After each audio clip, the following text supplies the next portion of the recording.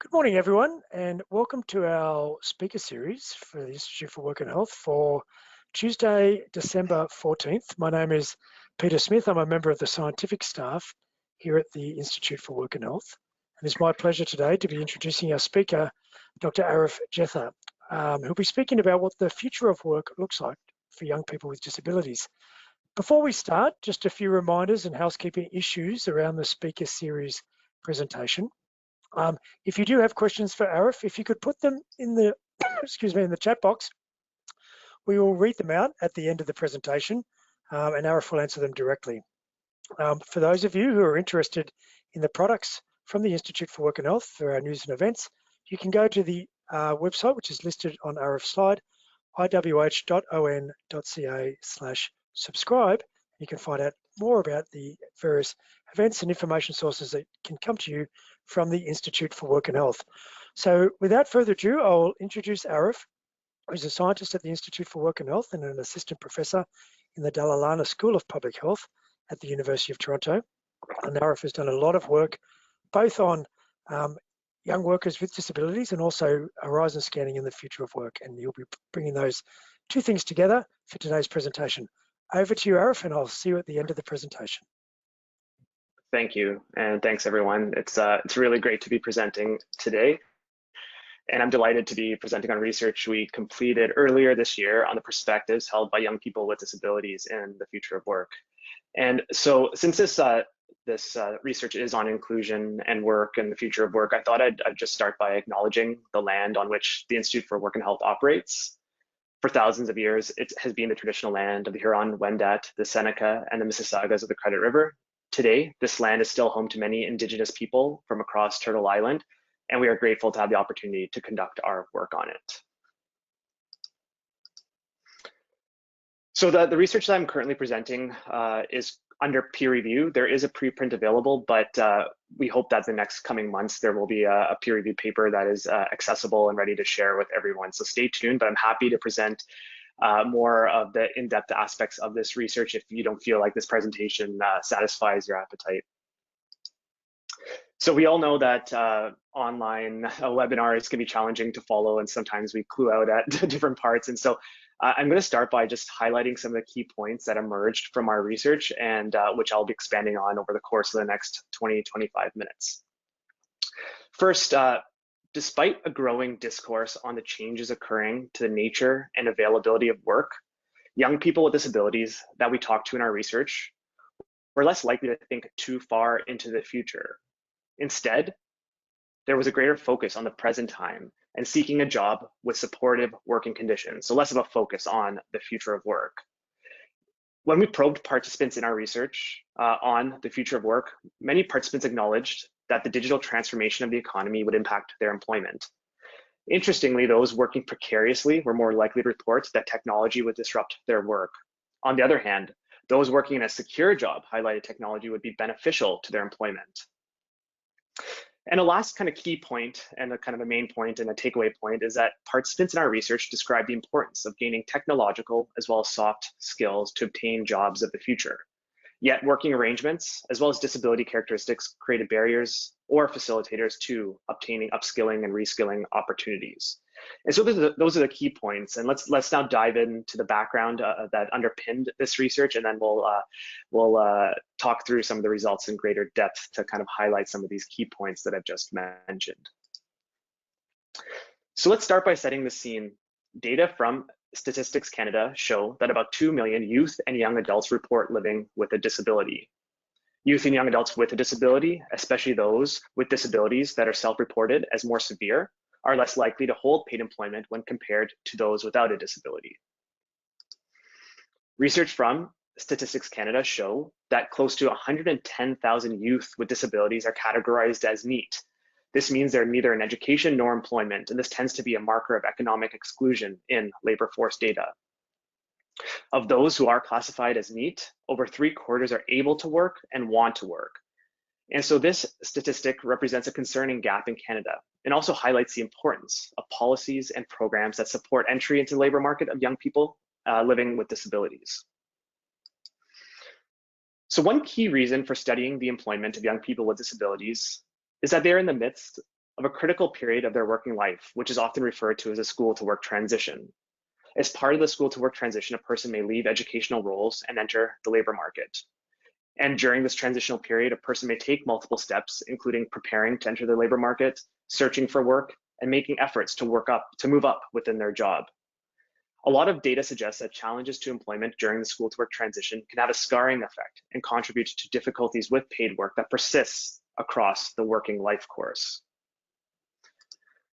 And so research that we've led at the Institute for Work and Health has highlighted the role of working conditions and the work environment in the school-to-work transition of young people living with disabilities. Our past research has showed that when a person enters the labor market in a job that is characterized by conditions which are more supportive and accommodating to a disability, they're more likely to experience higher quality of employment and hold positive perceptions regarding their work. But the future of work is changing the conditions with which young people with disabilities are entering the working world. And so when I describe the future of work, I'm referring to the large scale and rapid digitization and automation of diverse domains of working life. But it's not just about technology. The future of work is coupled with social, demographic, political, as well as environmental changes that have the potential to change the ways we work. And what's important here is that the discourse on the future of work often refers to a dramatic change to every industry and a dramatic transformation to all aspects of our working life, including where we work, how we work, and when we work. And these changes are superimposed on top of ongoing shifts that we're seeing before our eyes, like the move from agricultural to knowledge-based industries, the offshoring of work, the growth in non-standard work arrangements like gig work or microtasking. These all represent changes that we're seeing and have the potential to be exacerbated in the future of work. One critical reason to study the future of work is that new occupations are being created right before our eyes. In a recent study, economists at MIT conducted an analysis of occupational titles that existed in the 1940s and compared them to occupational titles that existed in 2018. What they found was that during that period, 60% of occupations held by employees in 2018 did not exist in the 1940s. These are brand new occupations with evolving working conditions. The authors highlight the emergence of technology-related occupations like IT specialists or biomedical engineers. But the authors also highlight the growth in in-person service jobs like mental health counselors, sommeliers, or fitness coaches that represented another category of occupations that emerged.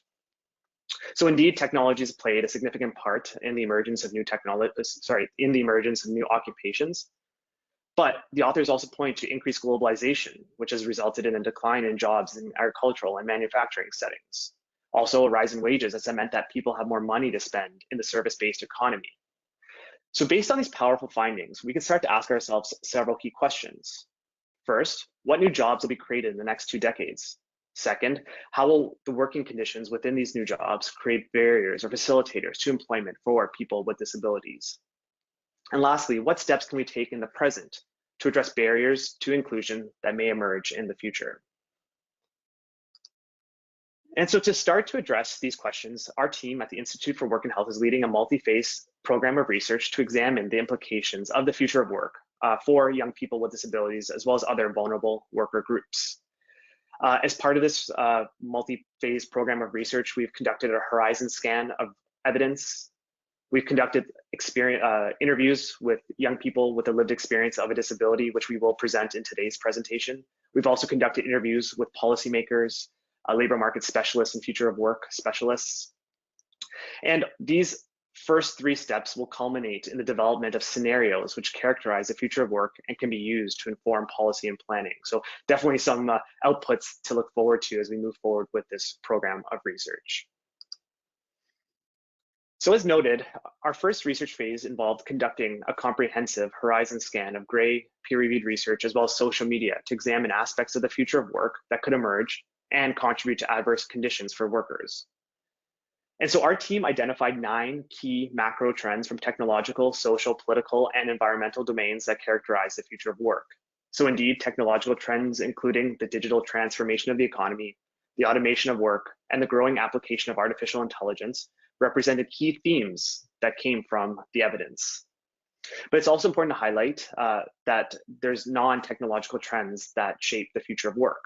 So in our horizon scan, we found that climate change, globalization, as well as populist sentiments are also expected to change the nature and availability of work. Similarly, external shocks like a recession, natural disaster, or as we've seen in the last 2 years, a pandemic, has the potential to disrupt employment and drastically change working conditions. The evidence we uncovered in this scan showed that it's often the most vulnerable groups of workers, such as persons with disabilities, who will be the first to be affected by the future of work and more likely to face adverse working conditions resulting from many of these trends. Insights from this Horizon scan provided a framework that was used to inform the analysis of qualitative data that we will be presenting on today. And so, drawing from the Horizon scan, the research that I'll be presenting on today sought to address two key objectives. The first was to examine the perceptions held by young people with disabilities regarding their work history and their long-term employment prospects. The second was to determine if there are aspects of the future of work that would change the labor market experiences for young people with disabilities, including their thoughts and perceptions regarding their future career.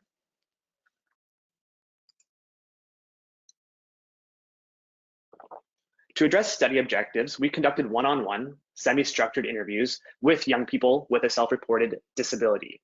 Drawing from the Horizon scan, interviews asked about past working experiences, career aspirations, and thoughts on different aspects of the future of work and how participants felt that it could impact their career aspirations. Participants were recruited from the community to capture breadth and depth in thoughts and feelings regarding the future of work. We aim to recruit participants who differed according to gender, disability type, and employment. All interviews were recorded, transcribed verbatim, and de-identified. Our team iteratively built a codebook, which we then applied to the data. Next, we inductively examined themes that emerged from the data. Of note, our interviews were conducted during the spring of 2020 in the midst of the COVID-19 pandemic. So additional participants were recruited to address emerging themes related to COVID-19 and the future of work. So overall, we recruited 22 participants. About 2/3 were women, over half worked full-time, and close to 20% reported not working due to the COVID-19 pandemic. So either they were laid off or furloughed as a result of lockdown restrictions. Just over half reported a physical disability, and 45% reported a mental health or cognitive disability. So in the following slides, I'm going to expand on some of the key themes that we uncovered through our participant interviews. So despite having multiple probes in our interview guide asking participants to think about the future and think far in advance in terms of their career, we found that there was a general hesitation to think about the future of work too far into the future. Accordingly, many participants seem to focus less on the threats of different aspects of the changing nature of work and how it could impact their employment. Instead, we found that participants centered their discussions on their existing employment conditions and how they could contribute to activity limitations and employment restrictions in ways that could impact meeting their career goals. Participants also described how fears of their health worsening would impact their ability to meet any career aspirations they may have had. So for instance, one participant who lived with a mental health disability described the unpredictability of their health and how it created challenges to planning for the future. They noted, "It's difficult for me to think about the future because I used to make plans and then life would go in very unexpected ways. So I just stopped." And this was a similar sentiment that was echoed across our study participants, this fear of things worsening either in the short term or the long term. Interestingly, many participants noted that their career decisions were not based on planning for any exogenous changes to the working world. Instead, career decisions tended to be centered on the need to anticipate and manage changes to health and find work that could accommodate a participant's disability. Participants also described not wanting to leave an accommodating job, even if that job may be susceptible to disruption in the future. For instance, one participant who lived with an episodic mental health disability described the importance of working in a job that met their variable health needs. "I know that my health can fluctuate a lot in a year. It goes from feeling fine to not several times over a year. Because it's unpredictable, it can affect everything. It can affect how well I can look for a job and how well I can perform at a job. I also think that the wrong job, if I was in a job that was too high stress or they're not accommodating enough, it could make my mental health worse." A lot of conversations about future work experiences focused on the nature of work arrangements that were available to participants. Participants tended to note that finding a secure job was challenging, and the most available jobs to young workers tended to be contingent in nature, including short-term contracts, gig work, freelancing, or microtasking. Participants did acknowledge that precarious forms of employment provided an entry point into the working world, but at the same time, precarious forms of employment were frequently described as a significant barrier to sustaining employment with a disability and obtaining needed accommodations. For instance, one participant with a physical disability described the implications of the gig economy for people living with disabilities. They noted, a lot of times the gig economy is seen as a good thing, that maybe it will actually include people with disabilities furthermore. I'm sure that's about the reality too, but I think the gig economy could be quite dangerous for people with disabilities. The inclusion of people with disabilities partly because right now accommodations are enshrined in employment legislation. So when you move into the gig economy, you're no longer an employee, you're a contractor. And so the nature of work arrangements as they relate to discussions on the future of work was an important theme that continued to emerge throughout our conversations with participants. And you'll start to see this theme pop up over the next few sections. So a majority of our participants in our study did describe the role of technology as being one of the most significant drivers of change to their future career. And so when we probed participants on the future of work, discussions on the role of the digital transformation of the economy highlighted both challenges and opportunities for people living with disabilities. As I will describe in the following slides, perceptions on the positive or negative impact of digital technologies tended to differ according to the nature of work arrangements held by participants. So whether they were employed securely or whether they held a precarious form of employment. So in describing the opportunities that can be created by the digital transformation of the economy, a lot of participants describe the role technology could play in creating flexibility in ways that work is performed and where it is performed. Of note, those tending to describe the benefits of technology to people with disabilities had more secure work arrangements. For example, one participant working full-time in a white-collar job noted, if there's more advances in technology where people can have the same software they're using at work and be able to use that at home, I think it will give, especially for people with disabilities, more opportunities to have a job and keep a job. Another theme that emerged in discussions on the digital transformation of the economy was the continued role that human workers would play. Some participants noted that despite an increasing reliance on employers on machines to automate work tasks, there will always be roles that require human workers.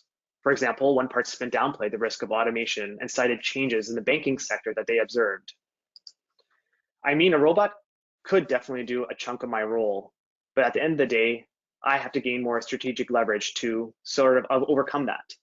The people operations is always going to be a factor.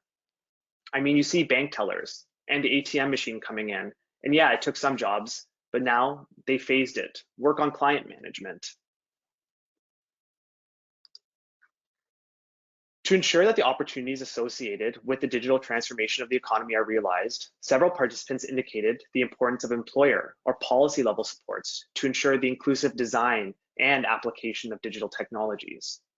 These participants noted that if employers maintain an eye towards accessibility, they could implement technology in ways that foster productivity and also ensure that people living with disabilities are not disproportionately disadvantaged. This balance between productivity and inclusion was described nicely by one participant. I think that technology can only do so much if those technological advances are not paired with structural and institutional attitudes of accessibility. When I look at technological advances, they seem to mostly prioritize an ethic of productivity. And so when it comes to disabled workers, technological advancement help business and it also help employers because now disabled workers can be just as productive as a non-disabled worker. Despite the potential benefits associated with the digital transformation of the economy, there could be some negative effects. Participants working precariously were more likely to report that the use of digital technology would result in them being displaced from their employment. For instance, one participant working part-time in a temporary customer service job described the negative impact technology was having on their employment and their thoughts on the future. I don't think technology would be a good thing in my job because customers could interface with a computer screen and it tells them everything they want to know. What use are us to be there? We're dispensing information. The more technologically advanced things get, it's less likely they'll need us. So stemming from reflections on the digital transformation of the economy and their career aspirations, interview participants evaluated the match between the job skills they possessed and the types of jobs they anticipated to emerge in the future. And so this represented the third overarching theme in our research. So majority of participants indicated that having at the minimum a baseline level of digital literacy would provide the skills necessary to enter the workforce. For example, one participant who completed a Bachelor of Arts degree had a career goal to obtain employment in a tech-based startup company. This participant talked about obtaining coding skills to compete for available entry-level jobs. They also described gaps in obtaining these technological skills as they progressed through their post-secondary studies. A lot of startups look for people who just know Python or even know basic web development. So I had to learn a little bit of HTML and CSS along the way. I do see the utility of having a tangible and hard skill because university teaches a lot of soft skills. But again, it's not even about a piece of paper. It's about being able to utilize it. And so this was a common theme. Many of participants described feeling unprepared for the changing working world, especially when they left university or college. And it just felt like a lot of participants just didn't have the skills they thought would be necessary to compete for the jobs of the future. Aligning with discussions on skills for the future of work, several participants described the role of developing soft skills, such as empathy, communication, or teamwork. They noted that these were uniquely human skills that could be valued by employers because they cannot be automated. At the same time, some participants described challenges faced by people living with disabilities in obtaining soft skills because they are more likely to be excluded from workplaces. One participant highlighted this challenge and the steps they took to obtain soft skills. I'll take on sort of advisory positions, and that's my way of improving my softer skills, which I think sometimes that's been also a challenge for people with disabilities, because some people with disabilities experience extreme social isolation. And that makes it challenging to develop your social skills, which are honestly, in the future of work, seem to be bigger than an actual degree. I think it's also a barrier. So I'm always doing a bit of that as I grow in my career. Aligning with the previous slide, obtaining job skills outside of formal secondary or post-secondary education was described as being critical to obtaining jobs in the future. Yet participants reported different barriers to building job skills outside of formal education. Some of these barriers stemmed from having a disability. For example, one participant reflected on past challenges they faced at university and how they thought, and their thoughts on taking on more skills building initiatives, and how that thought of kind of taking on these types of initiatives were more overwhelming as they progressed within their career. They said, originally when I went to university, I was planning on doing an undergrad and then training to be an occupational therapist. A few years into university, that just had to go because I could barely finish my BA. I was mushed by the end of it. So I couldn't really think about doing other school. Now I'm not mush anymore, so maybe one day, but it's still closed. I wouldn't rule it out completely, but it's also difficult to think about. Aligning with earlier themes, we found that those working precariously highlighted challenges to obtaining job skills, which included having the time or scheduling predictability to take courses outside of work, or not being eligible for employer-led training opportunities. On the other hand, participants working securely and in white-collar jobs reported that they were more likely to receive employer-provided job skills development opportunities. For example, one participant working in a full-time permanent job in the publishing industry noted, one of the appealing things about this company that I've come to was that they give a yearly stipend that you can put towards education. One of the big things in my industry, as much as I talk about how much I love books and printed books, all that stuff, there's also been a big movement towards data and data analysis and trend patterns and that kind of thing. I've had it in my head, taken a few classes this last year, looking at computer science and statistics, things like that. And we heard similar sentiments from those working in professional jobs who are more likely to report having access to job skills initiatives, whereas those working precariously felt that they were unable to kind of lift themselves out of their precarious situation through job skills development. And that seemed to be a really prominent theme that emerged throughout our research. And so based on the themes that emerged from the data, there are study implications that are important to note. First, we certainly acknowledge the need to manage the challenges that exist in the present so that young people can enter the current working world. At the same time, a focus on the present may limit planning for the future or taking steps to anticipate how aspects of the future of work could impact a young person's ability to sustain employment and move up within their career. Disability employment service providers should encourage young workers with disabilities to balance short-term and longer-term career perspectives and take the steps in their career planning that account for the changing nature of work. Additionally, finding work that is secure can pose an important determinant to success in the future of work, especially for young people living with disabilities. Based on past labor market studies, we found that precarious forms of employment are becoming more commonplace. As we show in our study, working precariously could expose a young person to a work environment that may be less accommodating and more susceptible to technological disruption. Working precariously could also pose obstacles to job skills development opportunities that will enable a young person to move up within their careers and compete for jobs of the future. Indeed, additional programming should be focused on creating pathways to secure work arrangements for young people living with disabilities and strengthening social safety nets for those stuck working precariously. Aligning with literature on the future of work, digital technologies represented both barriers and facilitators to employment for participants in our study. Employers should really take an inclusive design approach to the development and application of digital technologies to ensure that young people living with disabilities are not disproportionately disadvantaged in the future. Interestingly, while most participants in our study described technological implications, there was less of a discussion on how other driving forces in the future of work could impact their employment. And so we need to start thinking about ways to encourage young workers, especially those with disabilities, to direct their attention to the impact of other aspects of the future of work, like climate change or changing political sentiments. These too might represent significant disruptors to employment.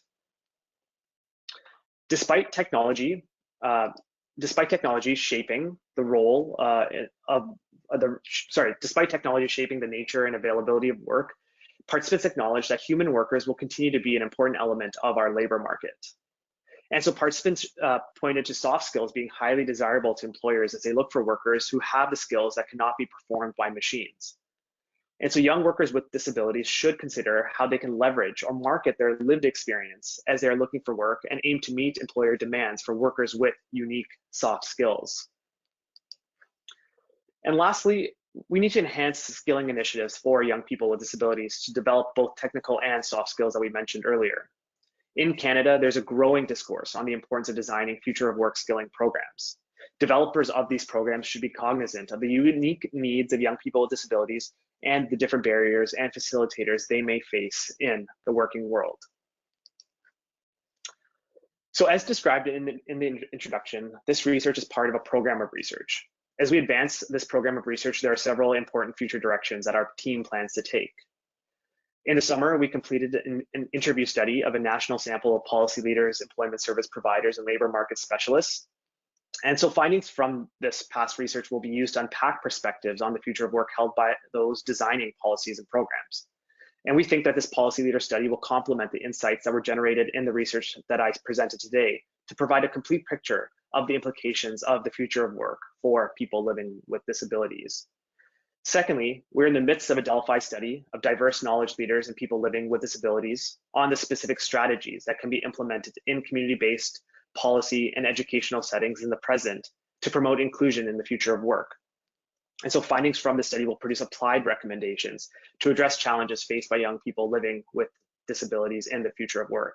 And there is a chance that if you're on this call, you've likely been bugged by our team to participate in this survey. So if you have, we thank you for that. In the spring of 2022, we're going to be starting a scenario planning process with our research and partnership team to construct narratives of the future of work for young people living with disabilities. And these narratives will be used in combination with other phases of our research process to inform strategic planning and the implementation of recommendations for policy change and programmatic development in ways that are resilient to the future. So definitely some key outputs that will build on the research that I presented today.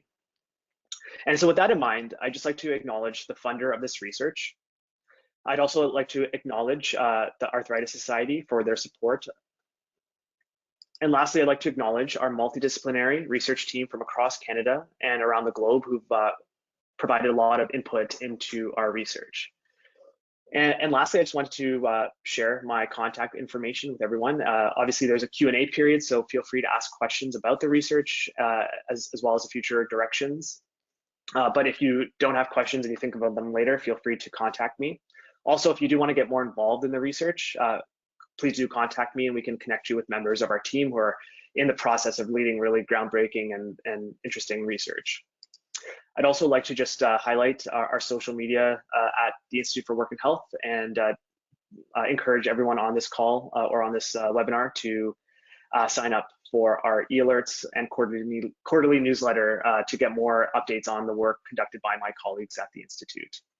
So I'm just going to leave it at my contact info, and now I'll open up for Q&A. So a couple of questions already coming in, Arif. In terms of the presentation, we were talking a little bit about digital skills and also the softer skills around leadership and teamwork. And it did seem from the quotes that you presented that sometimes there was a bit of discordance. So some people were talking a lot about developing these sort of automatable skills around sort of software development and computer digital skills. And other people were talking about the importance of the soft skills. Was that your sense that there was a bit of a divide in terms of the skills that people thought they needed in terms of going forward between digital skills versus softer skills? Yeah, I think what we noticed in our conversations with participants was that many of them acknowledged that to get their foot into the door into higher quality, secure employment, they needed to be able to talk the talk and have a level of digital literacy that would allow them to engage with a lot of the tasks that were occurring within those specific workplaces. And so it wasn't just about like joining a tech startup, but even in the healthcare setting, business administration, a lot of them felt that they need to know some degree of coding or at least be able to work with people who have those skills. And so that was definitely a point that many participants acknowledged, that without those skills, they were not able to find jobs or compete for jobs that they desired. At the same time, it seemed like those who have kind of transitioned further within their careers really acknowledged that having soft skills provided them with this like leg up in the labor market, or it provided them with this kind of unique skill set that they found that employers really, really appreciated. And so it kind of felt like it was part of this whole like transitionary period where once they entered the labor market, knowing how to kind of move up, one of those like resources that they could access was becoming an effective communicator, being able to collaborate with their team, showing empathy to their colleagues. These were all skills that allowed them to kind of progress within their career. And that's kind of the way that we observed some of the findings. Obviously, more research on this topic needs to be conducted, and this like sample, all these insights are based on this sample of participants, but these were some of the kind of insights that we derived from our conversations with participants. Great. So a follow-up question, I guess, just around the skills. So saying that, you mentioned the life skills, you mentioned the soft skills and the technical skills, and a question about life skills. So for people, for example, people with neurodevelopmental conditions or learning disabilities, sometimes they can struggle with time management or decision-making, focusing on deadlines. Was there a focus for workplaces on sort of creating more flexibility around some of these expectations so that they could be better, so that people with these types of challenges could be better accommodated? Yeah, so it's a good question. And so just to clarify, we hadn't talked to workplaces for this specific study. Our data collection was mostly with young people living with disabilities. And what they noted was the characteristics of the work environment were critical. We probed participants a lot on like having them think of 10, 15 years in advance from now. And many of them just reiterated the point, like, I can't think that far into the future because like I'm just worried about my current employment. And when the worries that they shared about their current employment really did focus on the conditions with which they were working, the flexibility they had at work, their ability to control their schedule, their ability to work with colleagues who were accommodating. These were themes that occurred quite a bit and seemed to make or break the experiences a participant had within their working world, right? And so those in like entry-level positions with like short-term contracts and more precarity, it really did seem like they were struggling to find this like work environment that was suitable to their disability. Whereas those working securely, the conversations were really different. They talked more about opportunities they had within their work environment, the ability to get support, the ability to get training, the ability to like determine the way they work. And that really was a really key focus. So regardless of how important we thought the future of work when it was going into these conversations, for participants, it was really about the current situation and navigating challenges at work. And these are insights that we know from past research that how the conditions with which a person is exposed will really make or break their school to work transition. And that was again a point that emerged in the data that we collected. In terms of that focus on the sort of here and now and less on the future, how much of it do you think is sort of the age of the participants versus the fact that they've got they're living with disabilities? I mean, is it often we think about young people themselves about not really focusing on what the future holds, but do you think it's particularly pronounced among young people with disabilities? Yeah, so I think it's important to highlight that we talked to like 18 to 35-year-olds who many of them were very much thinking about where their working life was going, how their career was going to be affected moving forward. And you could tell that many people were concerned that we talked to about their career. It wasn't just like this conversation that would focus on like a person floundering or not wanting to take on work roles. People were very much concerned about where things were going in their career and how they could sustain employment with a disability and how they could find work environments that were changing. And so we were surprised, though, that there was less of a focus on changing work conditions. And I think to us, this highlighted a methodological consideration when conducting research on the future of work that many people don't think. Like, I think just in general, people find it hard to think about the future of work because a lot of the discussions on the future of work can be quite abstract, especially when we talk about things like artificial intelligence or like blockchain technology or even the climate change. It's hard to really envision what that means for your working life. And so for us, it really truly highlighted the importance of like tapping into methodologies that that encourage people to think 10 or 15 years from now.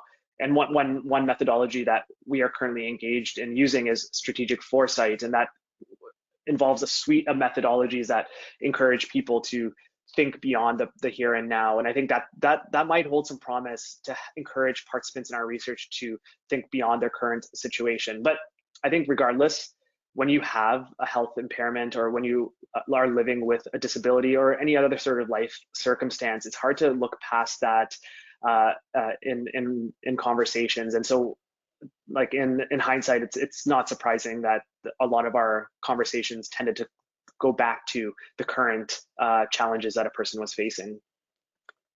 So I have a few questions just around the sample, around the how disability was defined and what types of disabilities are in the sample. So one of them is just a general question about how was disability defined in the sample? Was it self-identification? Did you focus on particular types? A second question is related to whether you're able to distinguish between any differences across types of disabilities. So for example, learning disabilities compared to mental or physical disabilities. So I guess if that's a two-part question, if you could try and answer both. Yeah, so in collecting data and recruiting participants, we did not take like a medical approach to highlighting disability. We kind of followed through with like an ICF approach, so the International Classification of Functioning, Disability and Health, to look at self-reported limitations related to health as well as related to conditions that a person experiences. So this kind of biopsychosocial approach. And so we utilized, I guess, not a measure, but a set of items that were utilized in the disability survey, the Canadian Disability Survey, to identify people who self-reported as having an activity limitation that restricted their ability to participate in employment. And that restriction could be minimal or it could be severe. And that's kind of the approach we took, that biopsychosocial approach to recruiting participants. Now, in terms of differences and how that contributed to some of the themes that emerged from our data. So the sample, there was about 22 participants. So unlike larger like quantitative surveys, it's rather small. But that being said, we did find that the themes that emerged throughout our data collection, there seemed to be a lot of consistency according to participants' working conditions and their thoughts and perspectives on the future. Where we did see differences was with regards to participants' perceptions on their career aspirations and their kind of thoughts on the future. What we found that people who described their disability as being one that was either episodic or one that would worsen over time, those individuals seem to be more fearful about thinking too far in the future, only because they just anticipated things would worsen over time or things would just be so unpredictable that planning would be challenging. Whereas those who described their disabilities being more stable, I guess is maybe the right way to say this, is that they felt that they could make plans and they kind of understood their limitations and how they could kind of navigate their career to account for those limitations. And that seemed to be kind of the more consistent set of differences that we saw in our research. Now, I think this kind of is a foundational study, and I think we do need to do more work on this topic. And I think it'd be really interesting to take some of these themes and survey a larger group of young people with disabilities to kind of tap into some of these differences in greater depth. So not sure if I totally answered that question, but definitely there were some differences that started to emerge, but we do need more research to investigate it more thoroughly. Okay, great. And just a reminder to people, if you do have questions, pop them in the chat box. We still have a few more to get through before the end of today. There's also a few links in the chat box as well around Arif's contact information and as an at-work summary, which was recently done on this project. So a couple more questions here, Arif. So in terms of disclosure and accommodation, can you comment about how often this came up in terms of the interviews? You know, when people think about the future of work, are they thinking about new ways to accommodate people with disabilities? Are they thinking about decisions around disclosure? Did it come up often in the interviews? Yeah, so this was not like a topic that popped up as much in our interviews, and partly because our interview guide was set up to tap into aspects of the future of work and how that would impact the participants. And so from what I recall, there were no specific discussions on disclosure in particular. However, there were discussions on how work was performed and where work was performed. And so in discussions on the digital transformation of the economy, many participants described that as being a positive because it could provide flexibility. It could provide them with the opportunity to work on their own time and from home. And that seemed to be an accommodation or a support that many participants had acknowledged was critical. And in the past, prior to the COVID-19 pandemic, they weren't granted that type of accommodation. So in our actual manuscript, we include a quote that talked about a participant who reflected on their pre-pandemic experience and how they were denied many jobs because of work from home requests. And as soon as the pandemic hit, working from home was commonplace. And while they were really excited by that, they also lamented on the fact that they felt like in the past they were denied a lot of job opportunities as a result of that accommodation need. And so that obviously does relate to this conversation of disclosure. And it creates a new set of conditions or working situations that may change someone's decision on whether or not they choose to disclose their health condition or not.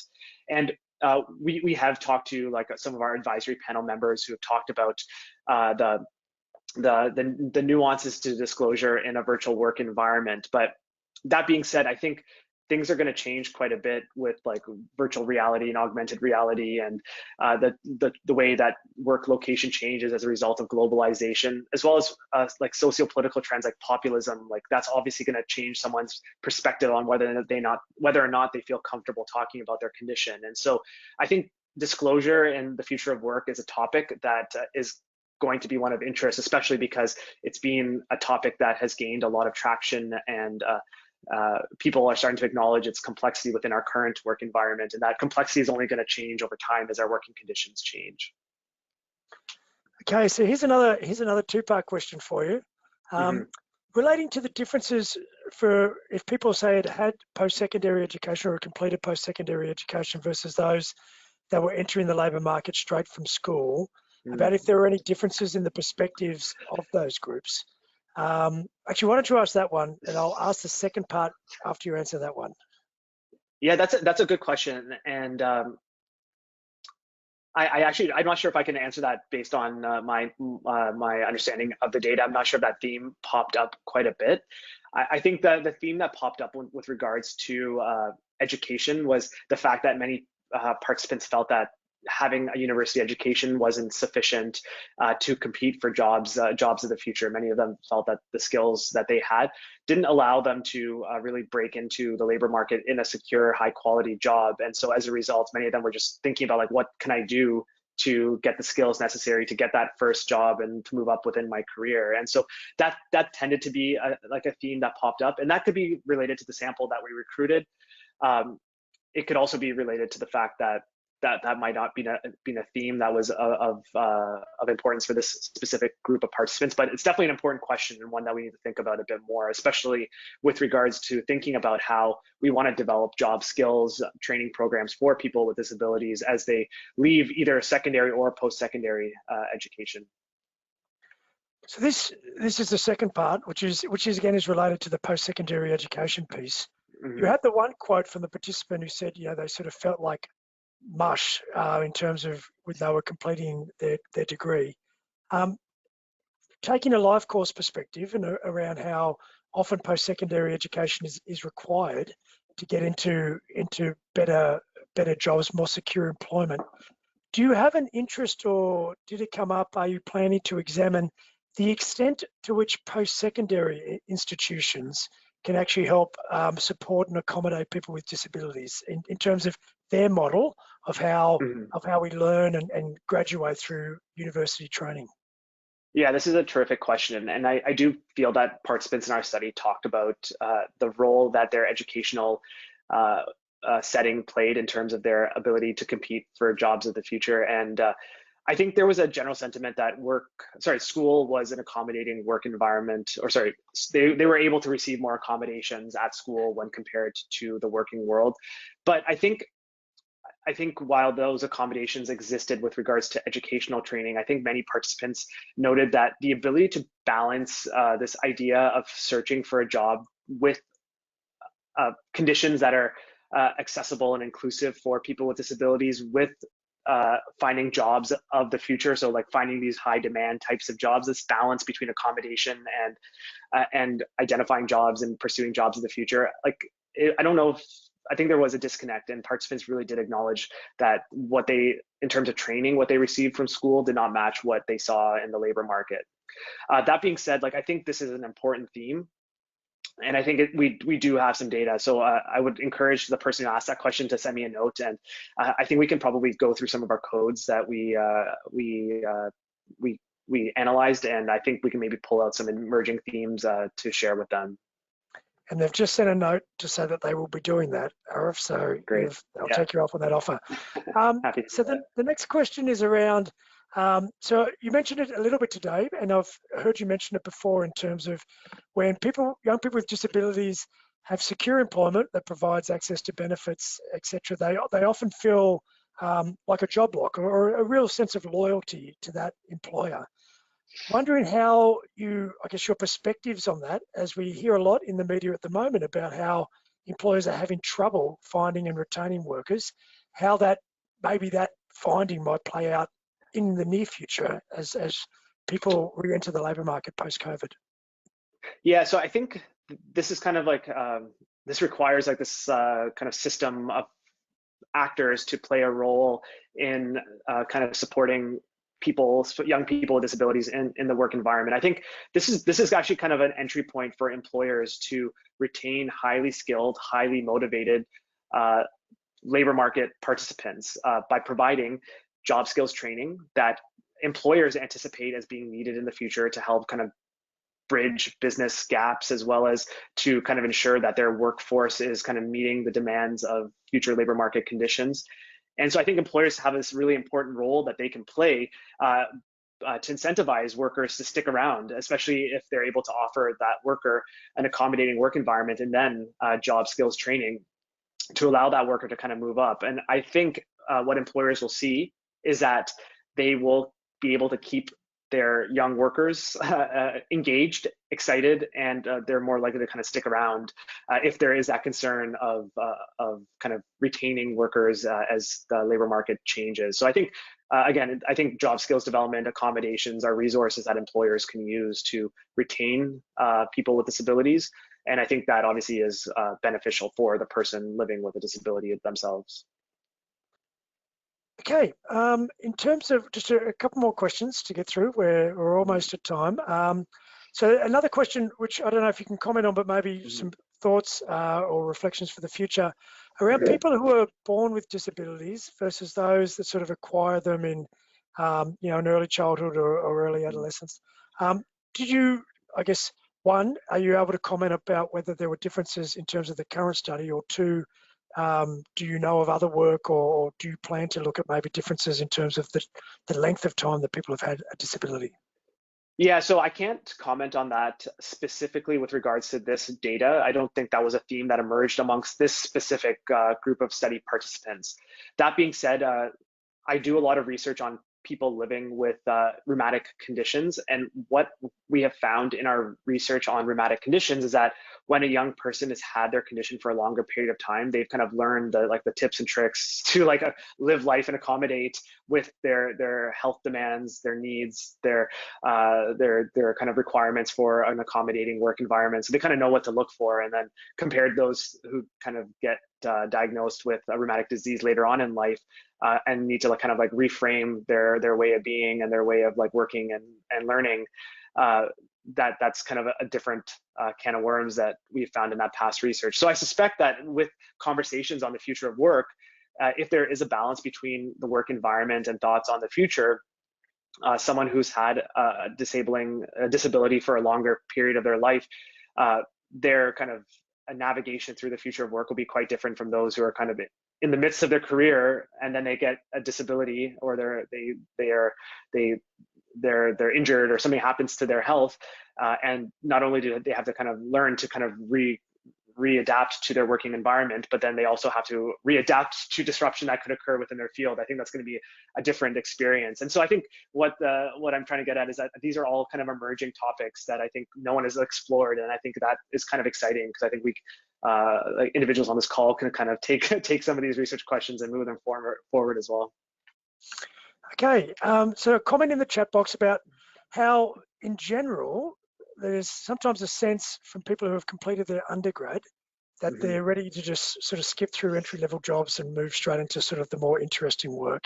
I'm not going to say whether I agree or disagree with that perspective, but in terms of that perspective and how it plays out in a sample of people living with disabilities, do you think there are different perspectives in terms of that the entry-level jobs are the jobs you end up getting stuck with, that the progression is slower if you have to live with a disability? I guess, did any of that come up in terms of the interviews when you were? Yeah, I guess the thing that I wonder is this a generational perspective, where I think in the past, having access to high quality entry-level jobs is commonplace, but what we've seen in past research and what we heard in these conversations as well is that a large proportion of the participants that we talked to describe the entry-level jobs being those that are precarious, that don't provide scheduling flexibility, that don't provide income security.